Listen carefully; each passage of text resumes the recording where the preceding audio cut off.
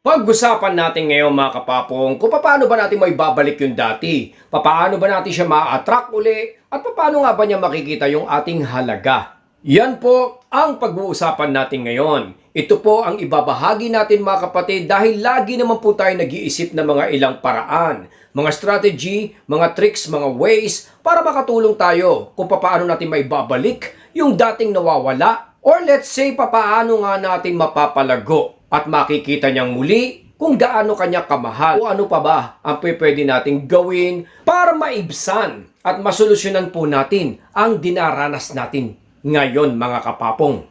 Marami tayong itinuturong mga paraan which is actually very effective naman po lahat mga kapatid. Pero syempre depende yan kung paano natin may execute at kung paano po natin talaga magagampanan. Let's say nga po nag-no contact tayo mga utol, pero hindi natin nagagawa perfectly kung saan nakakakita siya ng mga validations at updates sa mga ginagawa po natin, syempre po ito po ang nagpapalakas sa kanya mga utol. Kasi if ever na nangyayari po yan mga utol, it might probably help you or it might probably affect you. Hindi natin masisiguro. Pero ngayong araw na to mga kapapong ay gagawa po tayo ng isang, let's say, simple trick lang naman.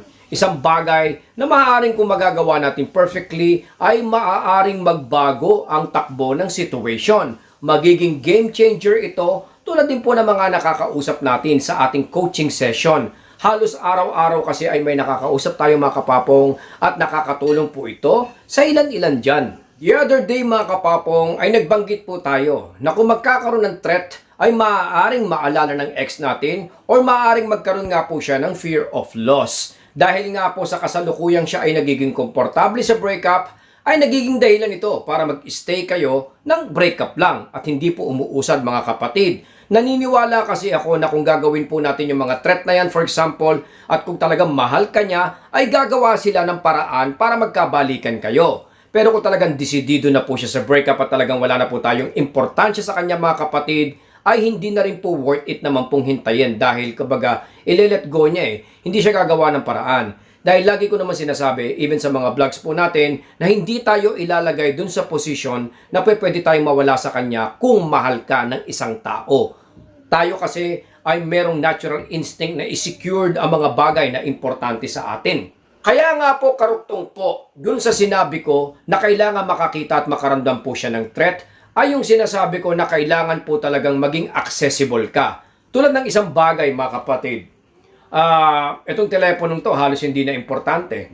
Binanggit ko na rin to before bagay na parang kunyari itong telepono nga hindi na importante, baliwala na sa'yo. Kumbaga hinahagis-hagis mo na lang at mas interested ka sa laptop or anything or any gadget na meron ka. Pero halimbawa kung nakita mo na parang nagkaroon ng isang tao nagka-interest na parang gustong bilhin.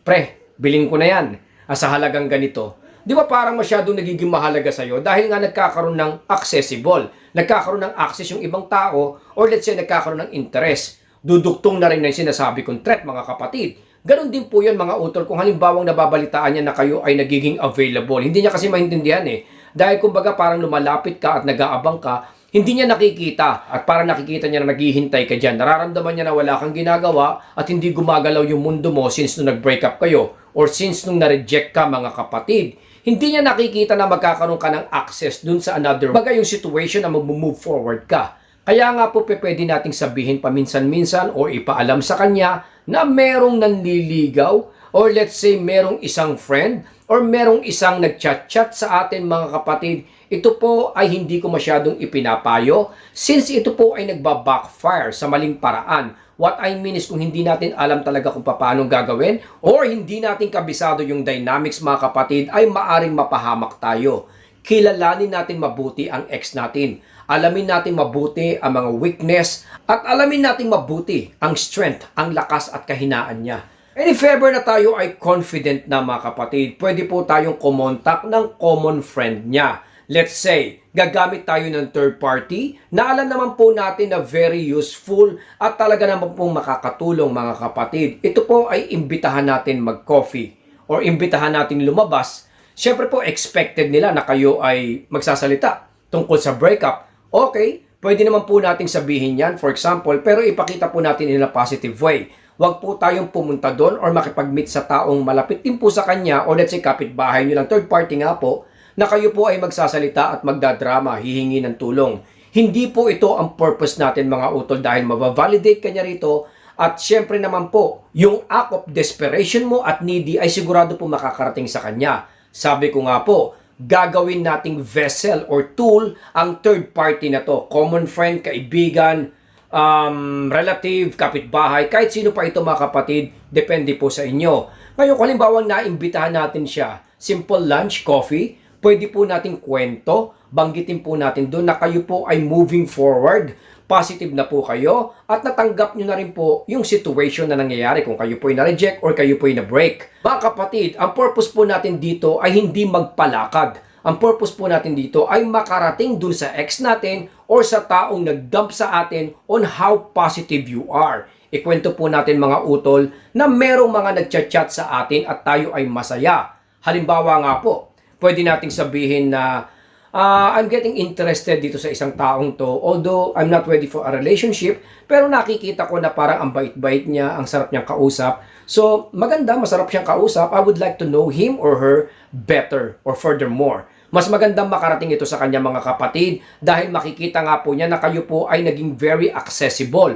Papasok na rin po yung binanggit ko the other day na pwedeng maging threat ito mga kapatid. Papaliwanag nga po natin sa mga hindi nakanood na nakaraan. Ang ex natin, nakaprogram na po sa mga ex natin na kayo po ay maghihiwalay. Kayo po ay separated mga kapatid. Siyempre alam niya na walang mangyayaring text dito, walang mangyayaring tawagan dito, at may mga survival stage na pagdadaanan. Ito po mga utol ay pinaghandaan na po ng ex natin. Prepared na sila dito and most probably ay nilalabanan nga nila ito sa kasalukuyan. Pero nasusurvive nila. Ang hindi po sila handa tulad ng binabanggit ko ay yung makikita niya kayo na kayo ay nagmo-move on. Number 1. Number 2 po na hindi nila pinaghandaan dito mga kapatid ay meron palang pwedeng kumuha sa inyo, makipag-date sa inyo, or biglang manligaw, or immediately makakita po nung access sa inyo mga kapatid. Kaya nga po, dun sila hindi handa. Dito sila magkakaroon ng fear of loss. Hindi naman po natin ipakita yon in a positive way, tulad nga po ng sinabi ko. Uulitin po natin, wake up ha.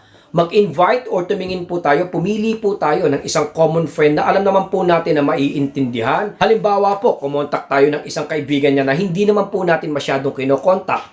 Siyempre, mababalidate niya yun mga kapatid at masesense niya na ikaw ay may purpose or intentional yung mga bagay-bagay. Let's say, humanap tayo ng kaibigan na parang halos nakaka-jamming din naman po natin. Nakakasama din po natin on some certain events or gimmick. Tapos yun nga po, imbitahan nga po natin for a snack or let's say a coffee. Then pagdating po doon mga kapatid, wag po nating ipakita na tayo ay nadidepress or may interest pa pong makipagbalikan. Kasi syempre, hindi naman pwedeng hindi nyo mapag-usapan yung ex mo o yung taong nag-dump nga sa atin mga utol. Okay lang po yun. Pero dapat po with confidence at syempre nga po dapat positive po tayo. Dahil uulitin ko lang before we end, na ang intention natin dito ay makarating sa kanya ang balita. Magkaroon siya ng self-doubt at mabothered siya rito mga utol. Dahil syempre tulad nga ng binanggit ko kanina, bagay na importante sa'yo, medyo maseset aside natin yan paminsan-minsan. Pero pag nakita natin na someone or anyone is interested para kunin yon or lumagay dun sa posisyon kung wala ka mga kapatid, ay bigla pong nagiging importante. Bigla pong nakikita ang value ng isang bagay at bigla nga pong bumabalik at nare-realize ng isang tao na mahal ko pala. Hanggang dito na lang po muna si Papong TV. I hope na nakatulong po tayo dyan mga kapatid at syempre po tulungan natin ang mga YouTuber na Pilipino. Patuloy po nating alagaan at bantayan po natin ang ating pamilya. Maraming salamat po, Papong TV.